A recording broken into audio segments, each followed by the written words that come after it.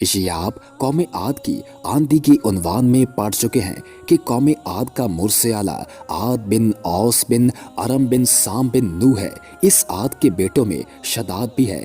یہ بڑی شان و شوکت کا بادشاہ ہوا ہے۔ اس نے اپنے وقت میں تمام بادشاہوں کو اپنے جھنڈے کے نیچے جمع کر کے سب کو اپنا مطیع و فرما بردار بنا لیا تھا۔ اس نے پیغمبروں کی زبان سے جنت کا ذکر سن کر برائے سرکشی دنیا میں ایک جنت بنانی چاہی اور اس ارادہ سے ایک بہت بڑا شہر بنایا جس کے محل سونے چاندی کی اینٹوں سے تعمیر کیے گئے اور زبر جد اور یاقوت کے ستون ان کی عمارتوں میں نصب کیے گئے اور ایسے ہی فرش مکانوں میں بنائے گئے۔ سنگریزوں کی جگہ آبدار موتی بچھائے گئے۔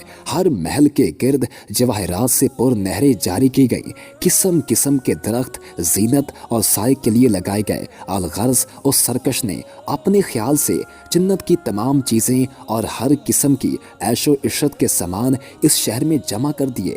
جب یہ شہر مکمل ہوا تو شداد بادشاہ اپنے عیان سلطنت کے ساتھ اس کی طرف روانہ ہوا۔ جب ایک منزل کا فاصلہ باقی رہ گیا تو آسمان سے ایک ہولناک آواز آئی جس سے اللہ تعالیٰ نے شداد اور اس کے تمام ساتھیوں کو ہلاک کر دیا اور وہ اپنی بنوائی ہوئی جنت کو دیکھ بھی نہ سکا۔ حضرت امیر معاویہ رضی اللہ تعالیٰ عنہ کے دور حکومت میں حضرت عبداللہ بن قلابہ اپنے گم شدہ اونٹ کو تلاش کرتے ہوئے صحرائے عدن سے گزر کر اس شہر میں پہنچے اور اس کی تمام زینتوں اور آرائشوں کو دیکھا، مگر وہاں کوئی رہنے بسنے والا انسان نہیں ملا۔ یہ تھوڑے سے جواہرات وہاں سے لے کر چلے آئے۔ جب یہ خبر حضرت امیر معاویہ رضی اللہ تعالیٰ عنہ کو معلوم ہوئی تو انہوں نے عبداللہ بن قلابہ کو بلا کر پورا حال دریافت کیا اور انہوں نے جو کچھ دیکھا تھا سب کچھ بیان کر دیا۔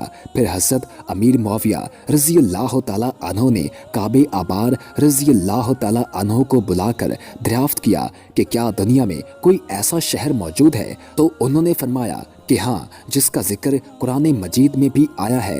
یہ شہر شداد بن عاد نے بنایا تھا، لیکن یہ سب عذاب الہی سے ہلاک ہوئے اور اس قوم میں سے کوئی ایک آدمی بھی باقی نہیں رہا۔ اور آپ کے زمانے میں ایک مسلمان جس کی آنکھیں نیلی، قد چھوٹا اور اس کی ابرو پر ایک تل ہوگا، اپنے اونٹ کو تلاش کرتے ہوئے اس ویران شہر میں داخل ہوگا۔ اتنے میں عبداللہ بن قلابہ آ گئے تو کعب آبار نے ان کو دیکھ کر فرمایا کہ باخدا وہ شخص جو شداد کی بنائی ہوئی جنت کو دیکھے گا وہ یہی شخص ہے۔ قوم عاد اور دوسری سرکش قوموں کا حال بیان کرتے ہوئے قرآن مجید نے ارشاد فرمایا، کیا تم نے نہ دیکھا تمہارے رب نے عاد کے ساتھ کیسا کیا؟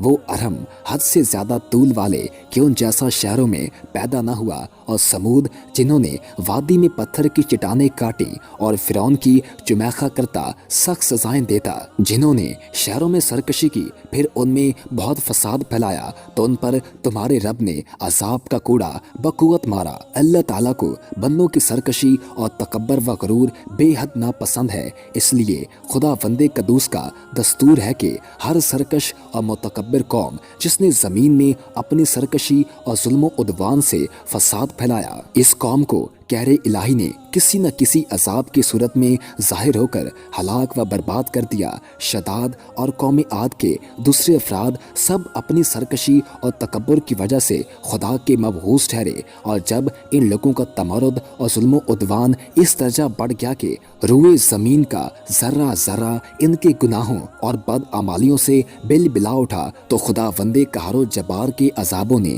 ان سب سرکشوں اور ظالموں کو تباہ و برباد کر کے صفحہ ہستی سے حرف غلط کی طرح مٹا دیا۔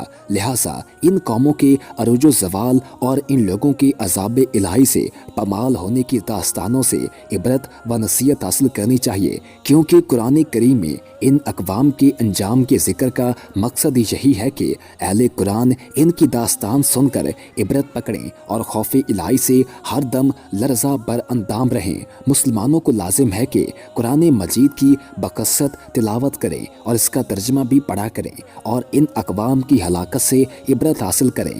ہر وقت توبہ و استغفار کرتے رہیں اور ہر قسم کی بد اعتقادیوں اور بد اعمالیوں سے ہمیشہ بچتے رہیں۔ اعمال صالح کی کوشش کرتے رہیں اور مال و دولت کے غرور و گھمنڈ میں سرکشی و تکبر نہ کریں، بلکہ ہمیشہ